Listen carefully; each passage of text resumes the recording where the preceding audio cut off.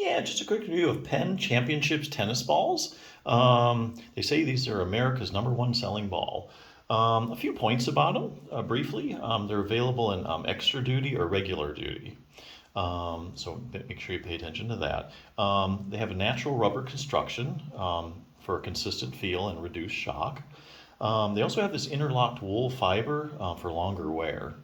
And they also have controlled fiber release, they say, for consistent nap on the ball. It also, I noticed, has deep elastic seams, which I think will help reduce cracking. So yeah, I think if you're looking for a good tennis ball, I think this is a great choice. Very popular, certainly, and should do the trick. Now, if you do play a lot of tennis and you're having shoulder issues, like a rotator cuff problem, for tennis players, I'd also recommend checking out this book here, The 6-Minute Torn Rotator Cuff Solution. It says for seniors, but I don't know what that's about. It can actually be for anybody.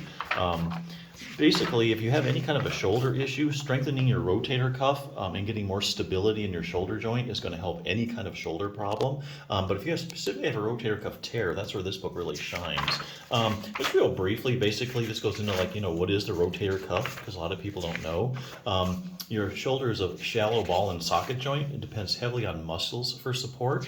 And of all the muscles, the rotator cuff really provides most of the stability for that. So here again, you get a lot of stability in that ball and socket joint. A lot of shoulder irritation goes down. A lot of problems go away. So anyway, lots of pictures in this book, as you can see, that covers like anatomy. There's an answer and question section, which is good. Like, what are the symptoms of a rotator cuff tear? Are there any arm maneuvers that might indicate I have a tear? Where exactly does it tear at? What imaging tests are used? Just anything you ever really wondered. Other different kinds of rotator cuff tears. Here's a go. I have a rotator cuff tear. I'm in a lot of pain and I need surgery, right?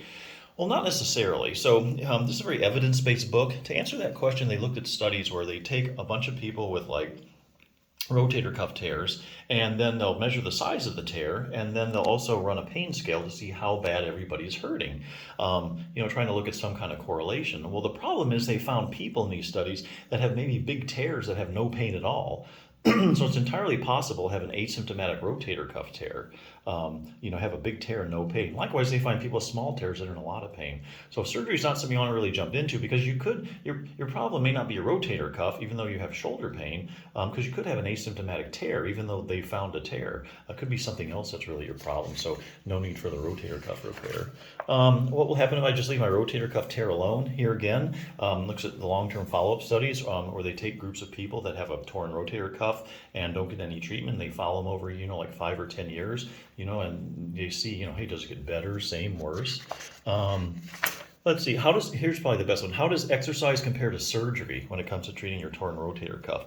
Well, the only way you can really answer that question scientifically, evidence-based medicine, is to look at the randomized controlled trials. That's where, say, they take 100 people with a torn rotator cuff, and 50 they randomly assign to surgery, and the other 50 they randomly assign to a good exercise program. And then you follow them over time, like 6 weeks, 6 months, 6 years. There's some really good long-term follow-up studies. And you see who did better over time. Those people that had their rotator cuff repaired, or those that had just a good exercise program. So make a long story short, you're always better off starting with exercise, because even after your rotator cuff repair, you're going to end up doing exercises.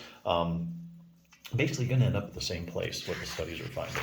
And the book ends with an exercise program. There's 3 different levels of beginning, intermediate, and advanced. So yeah, if you have a shoulder problem that's interfering with your tennis, I'd recommend that. If you're looking for a good tennis ball, I think this is a great choice, so check it out.